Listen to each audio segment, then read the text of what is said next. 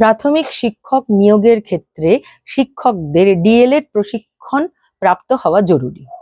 এবার সেটা একটা 2 বছরের কোর্স। এবার যেটা হয়েছে সেটা হচ্ছে national institute of open schooling থেকে অনেকেই এই ডিএলএড কোর্সটা করেছেন 18 মাসের। তারপরেই প্রশ্ন ওঠে যে 2 বছরের কোর্স যেখানে ডিএলএড, সেখানে 18 মাসের কোর্সটা কি প্রাথমিক নিয়োগের ক্ষেত্রে মান্যতা পাবে? এরপরে মামলা হয়, মামলায় যেটা কোর্ট জানায় যে এটা মান্যতা পাবে, এটাতে কোনো অসুবিধা নেই। এনারা প্রত্যেকেই যারা ডিএলএড প্রশিক্ষণ নিয়েছে ইনস্টিটিউট অফ ওপেন স্কুলিং থেকে, তারা এটাতে এই শিক্ষক নিয়োগের ক্ষেত্রে, প্রাথমিক শিক্ষক নিয়োগের ক্ষেত্রে অংশ নিতে পারবেন। তারপরে যেটা হয় যে কিছু সংখ্যক মানে শিক্ষককে অংশগ্রহণ করতে দেওয়া হয়, কিন্তু বাকিরা অধরাই থেকে যায়।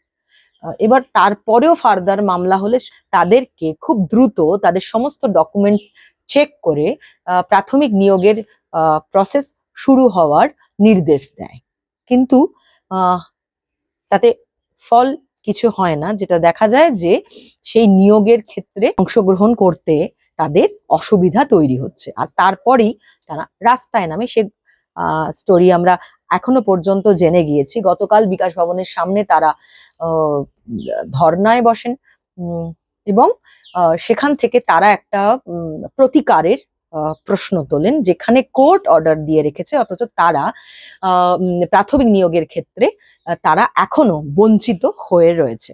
আপনারা দেখছেন ইনসাইট অফ, আর আমি নবনীত। আসুন দেখে নিন।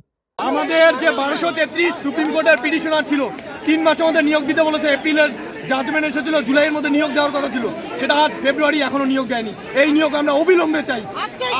3 দিনের মধ্যে ভোট আমাদের নিয়োগ দিতে হবে। এবং অনগোয়িং যারা আছে, যাদের 2025-এ ইন্টারভিউ বসতে দিচ্ছে না এনআইএস ক্যান্ডিডেট, তাদের অবিলম্বে বসতে দিতে হবে। আচ্ছা, আপনারা কারা? আমরা এনআইএস ডিএলএড পার্টি। রাজ্য সরকার, কেন্দ্র সরকার যৌথভাবে আমাদের ডিএলএড করিয়েছে, অথচ তারা নিজেরা ডিএলএড করিয়ে আজকে নিজেরাই বলছে আমরা অবৈধ। গৌতম পাল হাই হাই হাই হাই হাই হাই, গৌতম পাল চোর চোর চোর, গৌতম পাল চোর।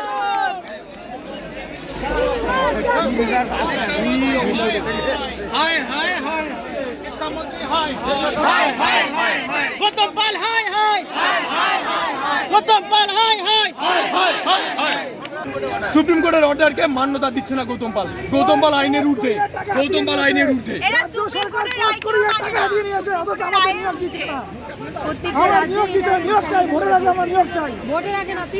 না হলে কি করবে? না হলে আমরা অনশন করবো, আন্দোলন আরো বৃহত্তর। আমরা আজকে তো যাচ্ছি না।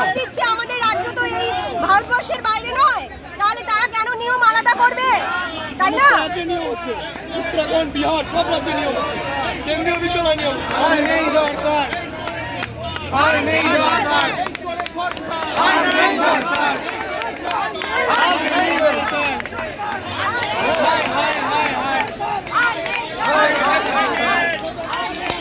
হাই হাই হাই হাই, হাই হাই হাই হাই, হাই হাই হাই হাই, হাই হাই হাই হাই, হাই হাই হাই হাই, হাই হাই হাই হাই।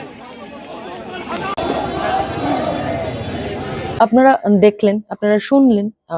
আমার কাজ হচ্ছে এই তথ্যটুকু আপনাদের কাছে, আপনাদের চ্যানেল ইনসাইট অফ এর মাধ্যমে তুলে ধরার।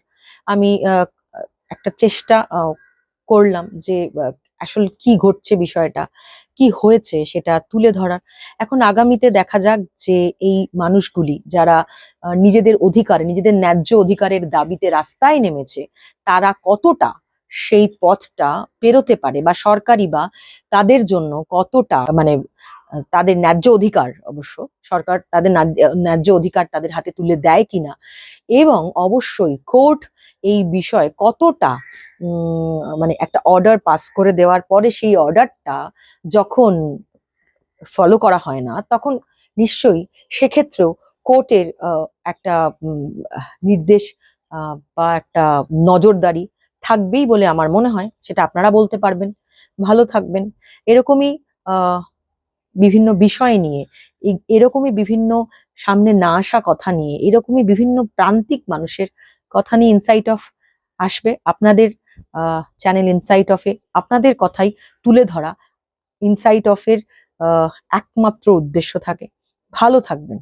যদি মনে হয় এই স্টোরি ইম্পর্ট্যান্ট, এই চ্যানেলটি ইম্পর্ট্যান্ট, যদি মনে হয় যে আপনাদের কথা আরো বেশি বেশি করে ইনসাইট অফের মাধ্যমে আপনাদের সামনে তুলে ধরা হোক, তাহলে অবশ্যই চ্যানেলটিকে শেয়ার করবেন, সাবস্ক্রাইব করবেন, ভালো থাকবেন, পাশে থাকবেন।